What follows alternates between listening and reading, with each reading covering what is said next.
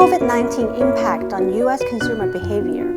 Last week, I shared the consumer behavior trends seen in China since the COVID-19 outbreak. As the U.S. enters its soon-to-be third month in lockdown, consumer behavior has undergone profound changes. Just like it would be unlikely for people to go back to normal way of traveling and flying, shopping would be very different after this lockdown. These are the trends we're observing. Number one, massive closure of brick and mortar stores. Many brick and mortar stores have shut down their storefronts and moved to an e-commerce approach, some faring better than others. Since the outbreak, we have seen Neiman's, J.Crew filing for bankruptcy, Nordstrom's having decided to permanently shut down 16 locations, Macy's, Pier 1, and Kohl's all have suffered as they were not open for most of the period of nationwide lockdown. There has been a lot of whispers regarding the performance of JCPenney, Sears, and Victoria's Secret. One thing for sure, many consumers simply won't go back to mall-based stores in the near future. At the same time, food category dominates in online sales growth. The food category for e-commerce retailers, as you can imagine, is among those benefiting from the pandemic. The surge of consumers buying and ordering food online has nearly doubled, and the growth of online food orders has gone by 430 from April 1st to the 6th. Home decor and gifting has seen healthy double-digit growth. As people are staying at home, they spend more time cooking and updating their home accessories, and hobby-related items such as knitting, candles, pillows, and pots and pans have seen great sales. Because they can't visit their loved ones and friends, they also are buying more and more consumer cards and gifts related to hope and reducing anxiety. These trends are set to continue as the uncertain nature of COVID-19 ground the world and anchor them more home. Among other categories that are seeing growth in conversions are pet supplies and hardware and tools, with the exception of apparel.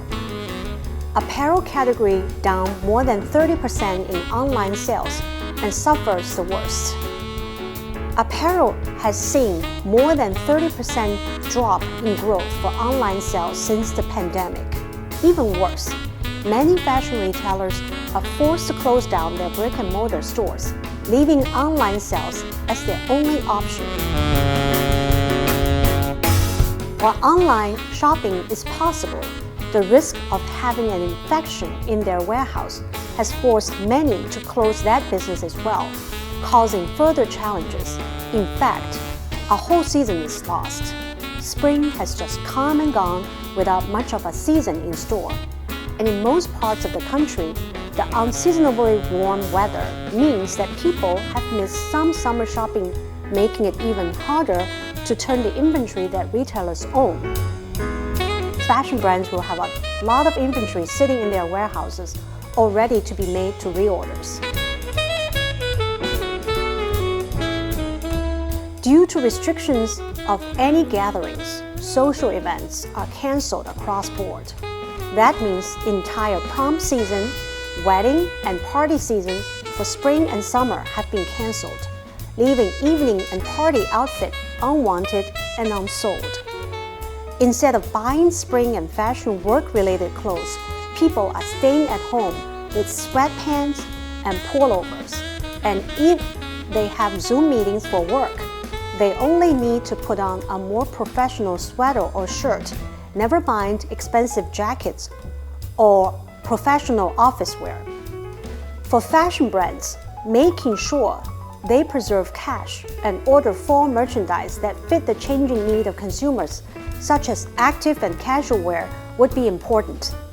I do see the following trends in fashion popping up that could help us focus on the near term.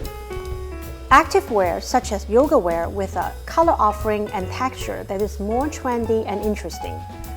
jewelries that are easy to spot even for Zoom meetings and FaceTime. Lots of gold earrings and bold necklaces are making a comeback. Once people are venturing out, such as in China and in Korea, we do see dresses that can be worn from day to night and bags that are eye candies, and they are more likely to be picked up than evening dresses. Trend number 2, the way consumers are shopping equals the way businesses are selling. Consumers are buying at a quicker pace from strong online brands. Since the outbreak, we've seen a few important trends for consumers' online shopping behavior. Number 1, since the outbreak, consumers are buying online at a much quicker pace and doing less research when purchasing new items. Faced with urgent needs for items from food to cleaning supplies, they notice how fast they need to place items in their baskets in order to secure those items, making them faster decision makers in the process. Number 2, the speed at which consumers are making purchases online are clearly linked by the strength of the brand. It takes much longer for a consumer to make that purchase if they're not familiar with the brand. Therefore, it's crucial to invest in your branding for more shopper confidence. It's particularly true in time when shopping online is about trust of brands to protect the family from virus. So brands that consumers know enjoy that trust, and this helps consumers to switch shopping channels from in-store to online easily. Number 3, how have I serviced customers online is the biggest question every consumer-facing company should ask themselves. With all the warehouse challenges that range from Amazon stopping to receive essential goods to third-party warehouses closing due to lack of healthy workers, the only way to ensure that brands can ship directly to consumers are to have their own distribution and logistics. Time will tell how brands will learn from this experience, but I predict most of them will consider taking more control of their logistics and consider building a much more robust e-commerce with diverse marketing exposure. Indeed, from Europe to Japan and to the US, more consumers have been forced to buy from online. While old habits die hard, this pandemic is going to permanently change our world, and we all need to adapt. Trend number 3, take advantage of marketing your business at this time. Not only is it the best time for businesses to bring in new customers now, it is also a great time to improve your branding with low-cost ad spending. Since the outbreak, cost per click on most categories have declined, and each category using ads has also declined. Across the categories, ad spending has gone down between 10 to 30%. As big companies cancel their ad, it is now time for smaller, newer brands to strike out and make a deeper impression on their target consumers. Consumers are also taking note. There are much fewer brands that would be competing with you, and this is why now is a perfect time to consider spending with Google Ad, Words, Facebook Ad, Instagram Ad. I was informed even some influencers are not getting bookings from hotels for destination travel blogs, and finding the right influencer may be a cool option for your branding as well.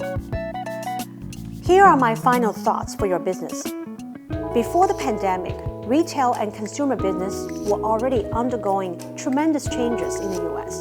This crisis only highlights the need for more ways to reach consumers, and the inefficiency of ordering 12 or more months ahead and having so much inventory sitting at warehouse is obvious.